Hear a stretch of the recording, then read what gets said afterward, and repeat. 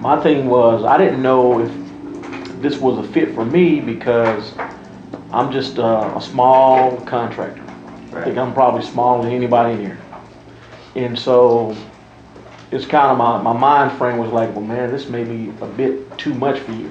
But as I look around the room and listen to everybody, I mean, even that everybody's at different levels, it's helping everybody. I mean, none of us know the things that you know. So it makes me feel very good that you even have something for the little guy. My big takeaway is that we're going to go home and we're going to change the way that we do business. We're not going to be beat up by GCs anymore. I mean, I'm so tired of that nonsense. Right. We've lost so much money this past two years, you know, having these GCs nickel and dime us to death, Right. making us eat different parts of the contract because it was, you know, obscure or whatever, we didn't catch it or whatever the circumstances, and we've eaten up a lot of costs over our own inexperience, you know, if you want to call it that, or inability to catch certain things. Right. And, you know, I'm thinking, why would we ever do a job with another GC? Right. Unless, as Sean said, unless it's on our terms. Exactly. And that is a perfect, you know, a perfect idea, a great idea. You know, why we're now in a position of power is how I view this whole thing. Did you have any doubts that this No. was the right thing to do? Yeah, no, I mean, I knew, it's kind of like what you were saying. I'm like, I just thought about it probably about the third or fourth conversation. This guy is really taking a lot of time with me. He don't even know me. You know, I'm like, and I hadn't given any money or anything, but we're having these long, heart-to-heart conversations, and I was like, this just doesn't seem real, because people don't do this. You know, just spend a lot of quality time with people they don't know. And so it was kind of, on a personal level, I knew you were genuine.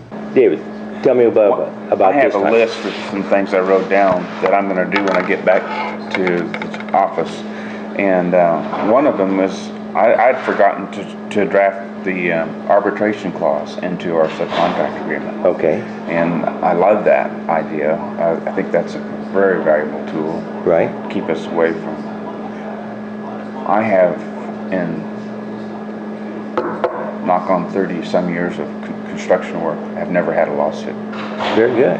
And, you know, we've had arguments, we've had issues with owners, we've had issues with subcontractors, but we've always worked to do that. But I've never set that in my subcontract agreement, and I think that was real important. I look at you as a role model and a guru.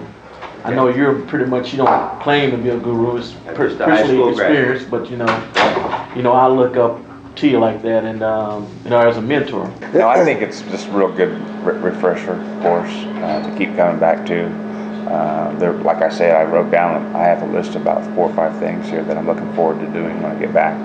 And there's just such a volume of information that we get through this 3-day course that I think it takes 2 or 3 times to get it all. So in 3 days, you went from being subservient to the general contractor world to being the powerful general contractor. Sure. And it happened in 3 days.